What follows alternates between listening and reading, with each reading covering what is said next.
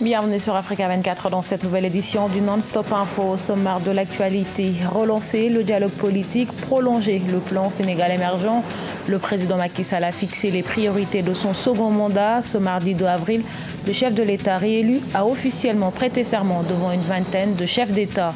Au Gabon, face à la crise, l'État s'apprête à imposer une nouvelle taxe à ses agents. La taxe dénommée contribution de solidarité sur les hauts revenus obligatoires devrait toucher 28% des agents publics répertoriés.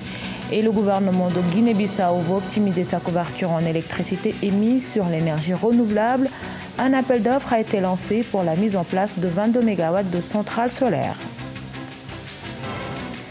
Mais tout d'abord, l'Algérie tourne la page de la présidence d'Abdelaziz Bouteflika. Après 2 décennies au pouvoir et 6 semaines de contestation, le président a donc plié. Sa retraite politique aura finalement été plus rapide que prévu. Le chef de l'État avait promis lundi de démissionner avant le 28 avril. C'était sans compter sur l'armée qu'il a désavoué ce mardi en réclamant son départ immédiat et sans délai. Un soulagement pour les Algériens, mais beaucoup estiment que ce n'est qu'une première étape. Et de 2 pour le président Macky Sall. Après sa réélection, le chef de l'État sénégalais a été investi pour un second mandat ce mardi 2 avril. Devant une vingtaine de chefs d'État du continent africain, il a prêté serment. Et dans son discours d'investiture, le chef de l'État a fixé ses priorités, notamment le prolongement du plan Sénégal émergent et la relance du dialogue politique. On l'écoute.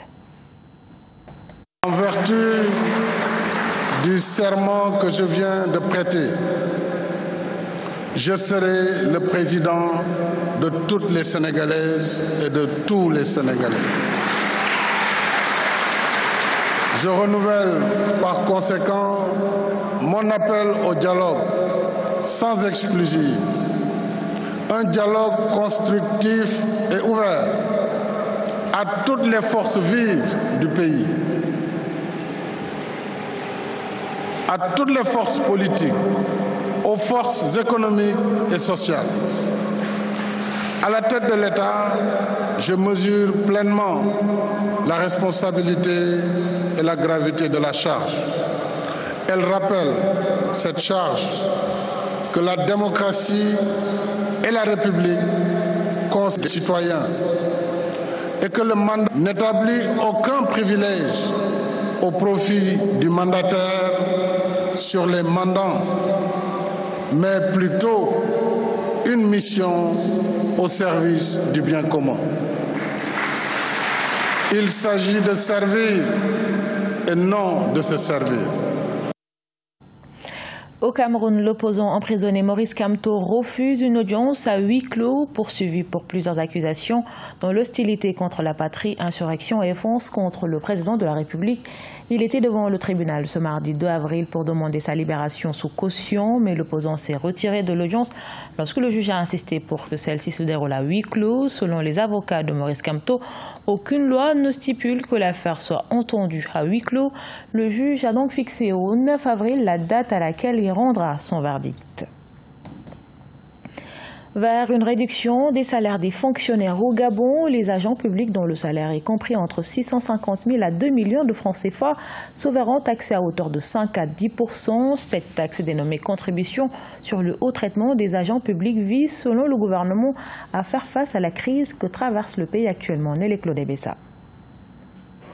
Les fonctionnaires gabonais considérés comme percevant de hauts revenus sont invités à la solidarité. En effet, le pays pourrait bientôt faire adopter au Parlement la loi portant contribution de solidarité sur les revenus, visant à prélever de 5 à 15% du salaire brut des agents dont l'émolument est à partir de 650 000 francs CFA. Concrètement, les fonctionnaires touchant entre 650 000 francs CFA et 1 500 000 francs CFA seront taxés à hauteur de 5% de leurs revenus, ceux se situant entre 1 501 000 francs CFA et 2 millions de francs CFA devront laisser 10% de leurs revenus dans les caisses du Trésor public. Enfin, ceux touchant 2 millions 1 francs CFA et plus devront contribuer à hauteur de 15%. Aujourd'hui, aujourd'hui, il s'agit pour le Gabon, qui sort progressivement d'une conjoncture difficile, d'aller un peu plus loin pour travailler sur les points faibles structurels de son économie. Il faut comprendre cet effort qui est demandé aux fonctionnaires comme devant aider à la réduction des déficits. Ce prélèvement obligatoire devrait toucher 28% des 105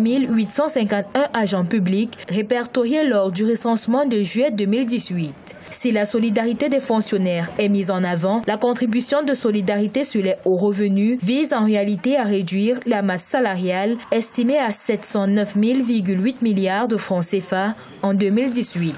C'est une mesure macro, mais qui aura un impact microéconomique sur le pouvoir d'achat des individus visés. Effectivement, ces personnes-là verront une partie de leurs ressources amputées, mais l'effort global que l'État a à faire au niveau de sa masse salariale va être réduit. Un impôt de plus pour les fonctionnaires gabonais à mettre à l'actif des mesures d'austérité prises depuis juin 2018 par les autorités gabonaises afin de rationaliser les finances publiques. Améliorer l'efficacité énergétique en Guinée-Bissau, c'est l'objectif des autorités. Pour y parvenir, le gouvernement a lancé un appel d'offres pour la mise en place de 22 MW de centrales solaires. Les développeurs intéressés ont jusqu'au 10 avril 2019 pour soumettre leurs offres. Les précisions de Siam Le Victoria Sedji.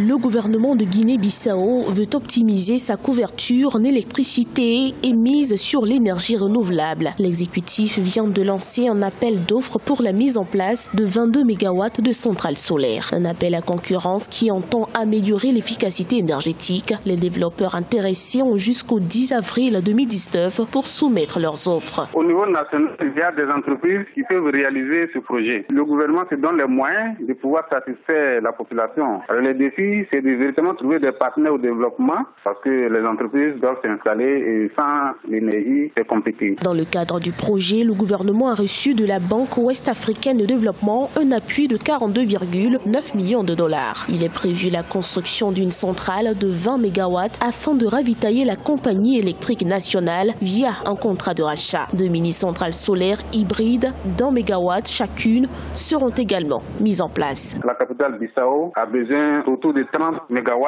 pour pouvoir s'autosuffire. Mais actuellement, nous sommes en déficit. Ce projet va permettre de décentraliser l'investissement au niveau de l'intérieur du pays. En février 2019, le ministère de l'Énergie et de l'Industrie a annoncé certaines réformes énergétiques, lesquelles introduiront un changement de combustible et permettront à l'État d'économiser plus de 400 millions de francs CFA sur des dépenses actuelles évaluées à 700 millions de francs CFA. Mais elles favoriseront également une réduction du coût de l'électricité de 50%.